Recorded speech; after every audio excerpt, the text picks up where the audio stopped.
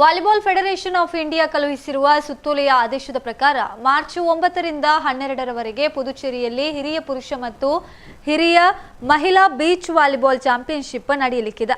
ಚಾಂಪಿಯನ್ಶಿಪ್ನಲ್ಲಿ ಕರ್ನಾಟಕ ರಾಜ್ಯದ ಹಿರಿಯ ಪುರುಷ 2 ತಂಡಗಳು ಮತ್ತು ಹಿರಿಯ ಮಹಿಳಾ 2 ಬೀಚ್ ವಾಲಿಬಾಲ್ ತಂಡಗಳು ಭಾಗವಹಿಸಲಿದೆ. ಇದರ ಆಯ್ಕೆ ಪ್ರಕ್ರಿಯೆ ಇದೇ ಬರುವ ಮಾರ್ಚ್ 4 ರಂದು ಬೆಳಿಗ್ಗೆ 9 ಗಂಟೆಗೆ ಉಬ್ಬನಗೇರಿ, ಕಾಗಲ್, ಕುಮಟಾ ತಾಲೂಕು, ಕಾರವಾರ ಜಿಲ್ಲೆಯಲ್ಲಿ ನಡೆಯಲಿದೆ.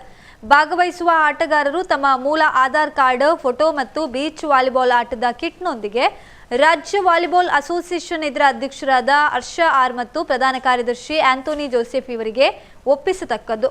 ಹೆಚ್ಚಿನ ಮಾಹಿತಿಗಾಗಿ ಶ್ರೀ ಗೌರಿ ಶೆಟ್ಟಿ ಇವರನ್ನ ಸಂಪರ್ಕಿಸಬಹುದು. ಸಂಪರ್ಕಿಸಬೇಕಾದಂತಹ ದೂರವಾಣಿ 9663802704. ಇನ್ನು ಆಯ್ಕೆ ಟ್ರಯಲ್ಸ್ ಅನ್ನು ಕರ್ನಾಟಕದ ವಾಲಿಬಾಲ್ ಅಸೋಸಿಯೇಷನ್ ಅಧಿಕೃತ ಆಯ್ಕೆ ಸಮಿತಿ ನಡೆಸುತ್ತದೆ. ಆಯ್ಕೆ ಸಮಿತಿಯ ನಿರ್ಧಾರ ಅಂತಿಮ ಮತ್ತು ಬದ್ಧವಾಗಿರುತ್ತದೆ.